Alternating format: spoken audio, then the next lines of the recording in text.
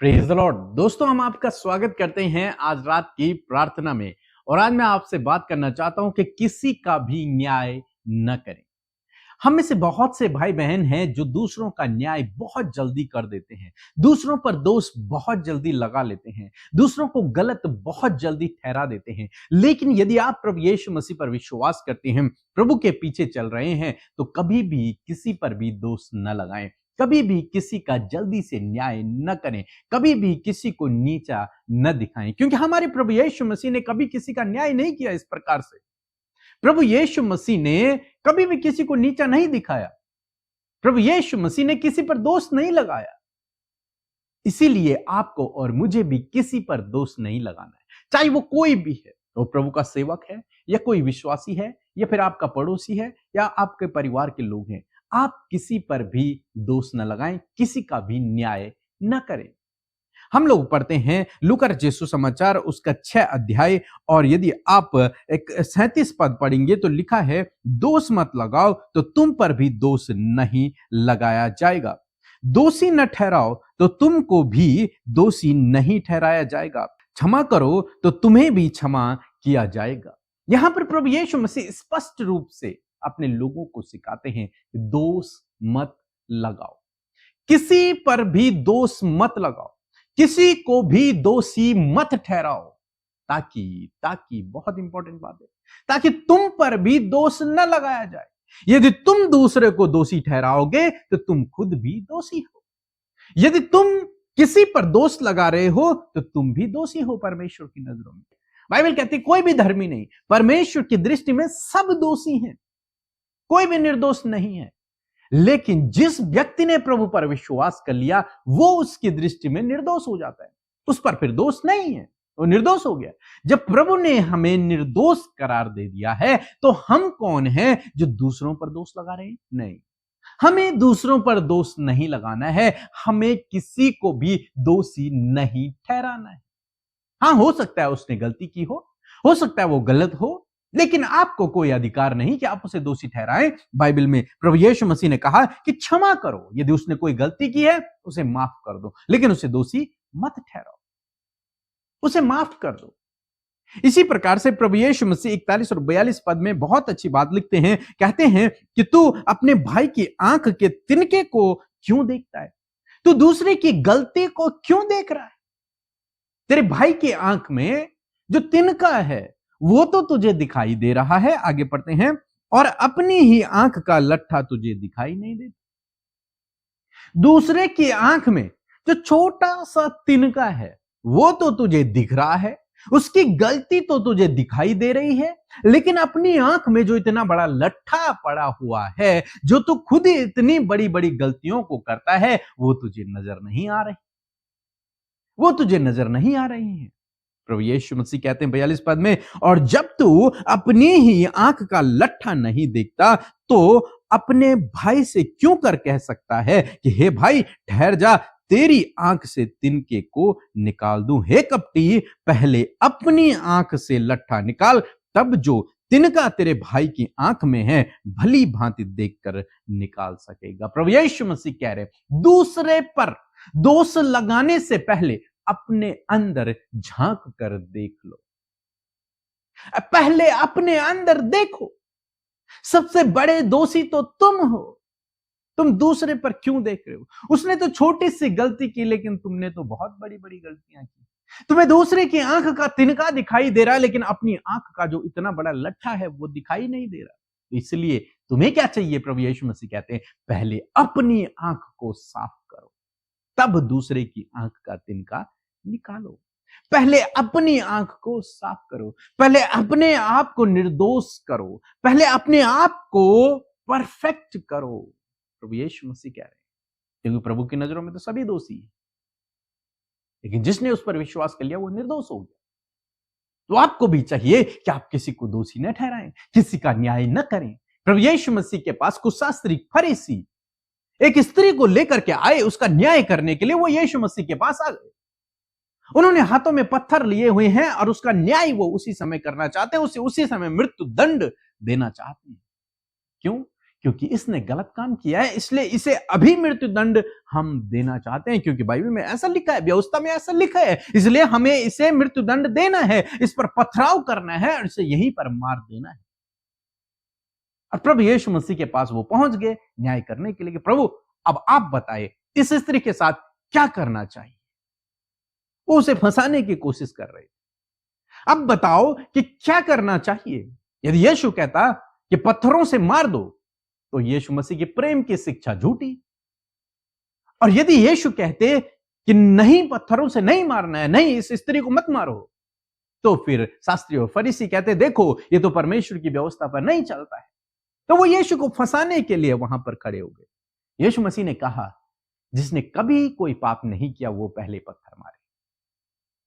यीशु मसीह ने न व्यवस्था को गलत ठहराया, न अपनी शिक्षा को, न उनको। यीशु मसीह ने केवल इतना कहा कि जिसने कभी कोई गुनाह नहीं किया, जिसने कभी कोई पाप नहीं किया, वो पहले पत्थर मारे। और सब लोग जानते हैं कि वे गुनहगार हैं, उन्होंने कभी न कभी गुनाह किया है, गलत काम किए। और सब लोग जो बड़े बड़े अपने आप को स्कॉलर समझते थे, बड़े बड़े ज्ञाता थे, बड़े बड़े परमेश्वर के वचन को समझने वाले लोग थे, व्यवस्था पर चलने वाले लोग थे, वे लोग अपना पत्थर वहीं पर छोड़कर चले गए। और फिर एक भी व्यक्ति वहां पर न रुका। तब प्रभु यीशु मसीह ने उस स्त्री से पूछा, क्या किसी ने तुझ पर दंड की आज्ञा नहीं दी? उस स्त्री ने कहा, नहीं प्रभु। यीशु ने कहा कि जा, मैं भी तुझ पर कोई दंड की आज्ञा नहीं देता। जब यीशु ऐसा कर रहे हैं, जिनके पास अधिकार है दंड देने का, तो आप कौन हैं? आप तो उनके चेले हैं, तो आपको भी उन्हीं के अनुसार करना है।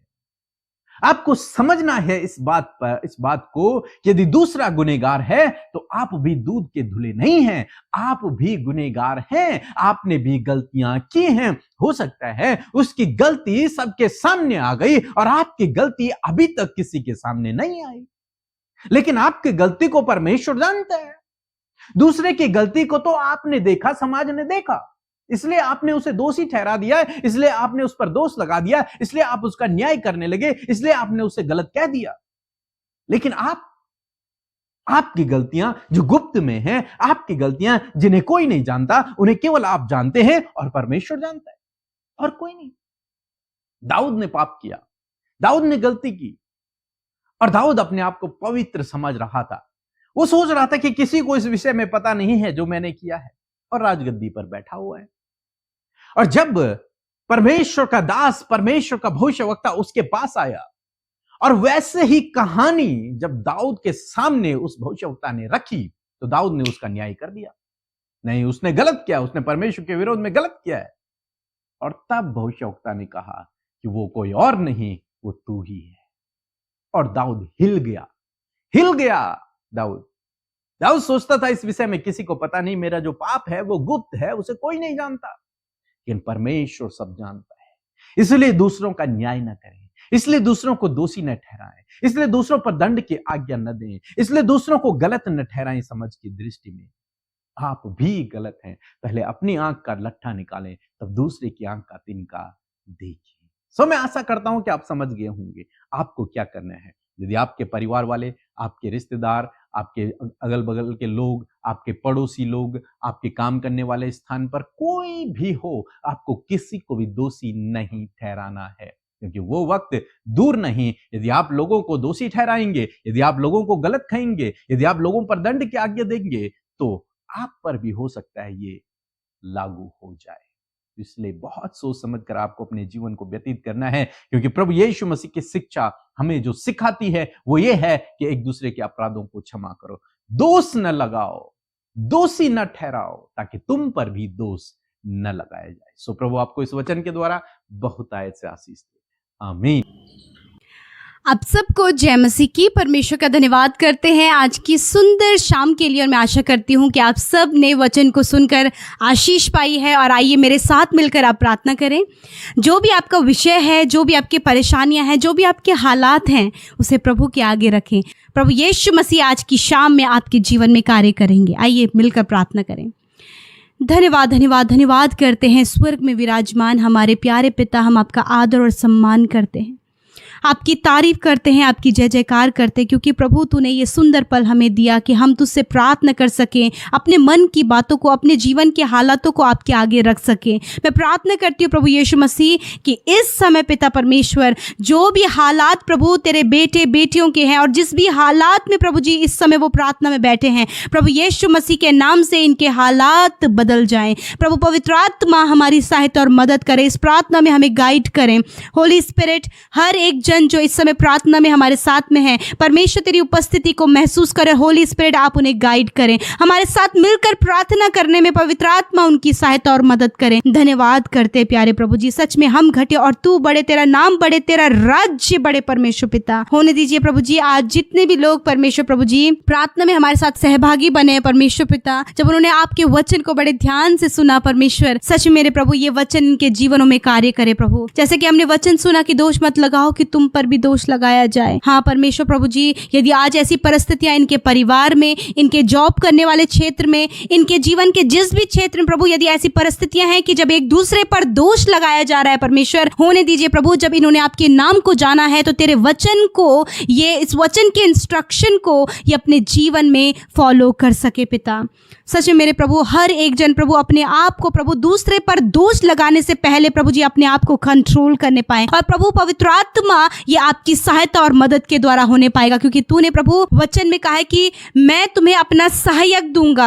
हाँ परमेश्वर, तूने हमें सहायक दिया है कि उस सहायक की मदद और सहायता के द्वारा प्रभु जो असंभव है उसे संभव हम अपने जीवन में होता हुआ देख सके। और मैं प्रार्थना करती हूँ जब प्रभु ये अपने परिवार पर, अपने परिवार के लोगों पर, अपने पति पर, अपनी पत्नी पर, अपने भाई पर, अपनी बहन पर, अपने माँ पर, अपने पिता पर परमेश्वर पिता दोष लगा रहे हैं प्रभु, अपने बॉस पर, जो उनके नीचे काम करते हैं उन लोगों पर परमेश्वर पिता दोष लगा रहे हैं प्रभु, तो आज हर प्रकार का दोष लगाने वाला प्रभु जीवन इनके जीवन से चला जाए, दोष लगाने वाला विचार इनके जीवन से चला जाए प्रभु, हर प्रकार की दोष वाली भावनाएं प्रभु इसी वक्त इनके जीवन से चली जाए प्रभु जी। इनके हार्ट को प्योर करे, इनके हार्ट को शुद्ध करे प्रभु जी, एक शुद्ध मन इनके अंदर उत्पन्न करे प्रभु, ताकि प्रभु जैसे कि आपका वचन कहता है उसी प्रकार हम अपने जीवन में चल सके मेरे खुदावन। यदि आज आप कर्जे में हैं तो कहें प्रभु धन्यवाद कि आज की ये शाम है जब प्रभु तेरा वचन मेरे लिए है कि तूने प्रभु हमें कर्ज मुक्त कर दिया है, और प्रभु का वचन कहता है मैं तुम्हें उधार लेने वाला नहीं परंतु उधार देने वाला बनाऊंगा। इस वचन को रिसीव करें प्रभु यीशु के नाम से। सारे कर्जे,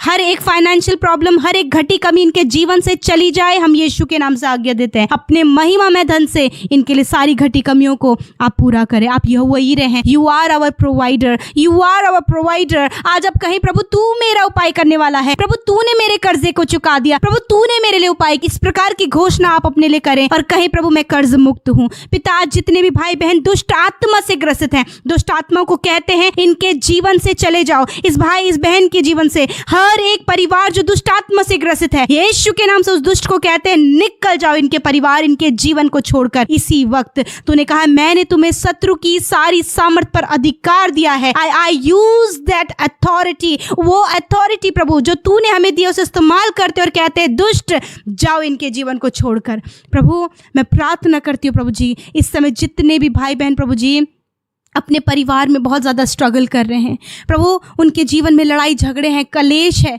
यीशु मसीह दोष लगाने के कारण वो एक दूसरे से अलग हो चुके हैं प्रभु यीशु के नाम से ये सारी गलत बातें चली जाएं, हस्बैंड वाइफ के बीच में प्रॉब्लम्स दूर हो, माता पिता बच्चों के बीच में दूर हो, सास बहू के बीच में प्रभु प्रॉब्लम्स को दूर करने की हम आज्ञा देते हैं। पिता इस समय जितने भी भाई बहन प्रभु यीशु मसीह निराश हैं, यीशु नासरी के नाम से हर एक निराशा आज की शाम में इनके जीवन से चली जाए। मैं प्रार्थना करती हूँ प्रभु जी, यदि आज ये बीमार है प्रभु, यदि आज के शाम में परमेश्वर इनके घुटनों में, इनके शरीर के जिस भी अंग में दर्द है, उन दर्द को, उस बीमारी को, उस प्रॉब्लम को, उस इंटरनल ऑर्गन्स को हम यीशु के नाम से आज्ञा देते हैं। इसी वक्त सारी बीमारियां इनके शरीर से, इनके अंगों से निकल कर जाओ यीशु नासरी के नाम से, क्योंकि तेरा वचन कहता है कि मैं तेरे सारे रोगों को दूर करूंगा। और तूने कहा यदि तुम पहाड़ से कहो उखड़ जा और समुद्र में जा पर तो तुम्हारे लिए हो जाएगा। यीशु नासरी के नाम से हम कैंसर को, पैरालाइज को, ट्यूमर को, शुगर, बीपी, थायराइड की बीमारी को, माउथ कैंसर, हर प्रकार का जो कैंसर इनके शरीर में है, इसी वक्त उसे यीशु के नाम से नष्ट होने की आज्ञा देते हैं।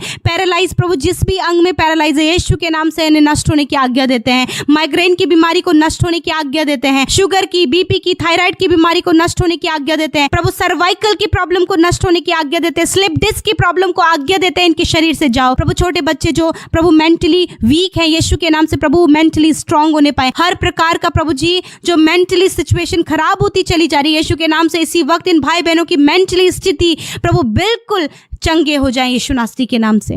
खुदा इनकी आंखें चंगी हों, इनके कान चंगे हों, इनके मुंह चंगे हों, इनका शरीर, इनकी स्किन यीशु नासरी के नाम से चंगी हो जाए। जिनके शरीर में प्रभु सफ़ेद दाग हैं, यीशु के नाम से सफ़ेद दाग इनके शरीर से नष्ट हो, इनका स्किन बिल्कुल नॉर्मल हो यीशु नासरी के नाम से। प्रभु जिनके कमर में प्रॉब्लम है, यीशु के नाम से वो कमर की प्रॉब्लम दूर हो जाए। प्रभु जिनको ओवरी में सिस्ट है, प्रभु जी बच्चेदानी में प्रॉब्लम है, पिता परमेश्वर प्रभु जी कहीं भी प्रभु जो इनकी सिस्ट है, यीशु के नाम से प्रभु ये सारी बीमारियां नष्ट होने पाए in the name of Jesus. Father धन्यवाद, आपके कोड़े खाने से ये भाई, ये बहन, बच्चे, नौजवान, बुजुर्ग लोग चंगे हो गए। इस समय जिन्हें फीवर है प्रभु, टाइफाइड है, जॉन्डिस है, डेंगू है, जिनके प्लेटलेट्स डाउन हो गई हैं, प्रभु यीशु के नाम से वो चंगे हो जाएं इसी वक्त। आज की रात में अच्छी नींद से सुलाए, हर एक डर, हर एक बुरा सपना, हर प्रकार की नकारात्मक विचार इन्हें छोड़कर चले जाएं। प्रभु यीशु नासरी के नाम से हम प्रार्थना करते हैं कि आज की सुंदर शाम में प्रभु ये अच्छी मीठी नींद लेकर सोने पाए। प्रभु जी हर एक समस्या इनके जीवन से चली जाए यीशु के नाम से। मैं धन्यवाद करती हूँ प्रभु, आपने हर एक जन जिन्होंने हमारे साथ मिलकर प्रार्थना की, आपने उनकी प्रार्थना को सुना, जिन्होंने आपके राज्य में बोया है,